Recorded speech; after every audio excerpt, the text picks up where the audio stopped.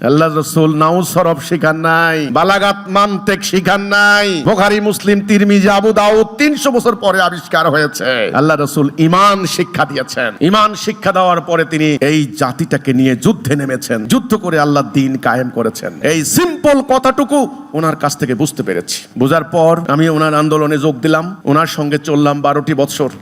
উনি জেল খাটলেন, নিপীড়িত হলেন, আমিও জেল খাটলাম। আমার সঙ্গে শত শত ভাই বোন আমাদের জেলে গেলেন।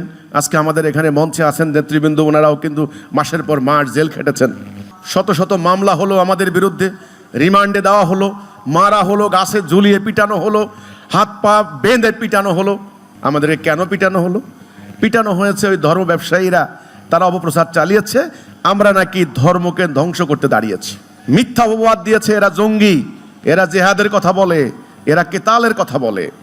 এই জঙ্গি আখ্যা দিয়ে আমাদেরকে নির্যাতন করা হয়েছে, বিধর্মী আখ্যা দিয়ে আমাদেরকে নিপীড়ন করা হয়েছে। এই নির্যাতন নিপীড়নের পর্ব যখন শেষ হলো, এখন সারা দুনিয়ার হাজার হাজার মানুষ আজকে হিজবুত তাওহীদের বক্তব্য জানতে পারছে, বুঝতে পারছে।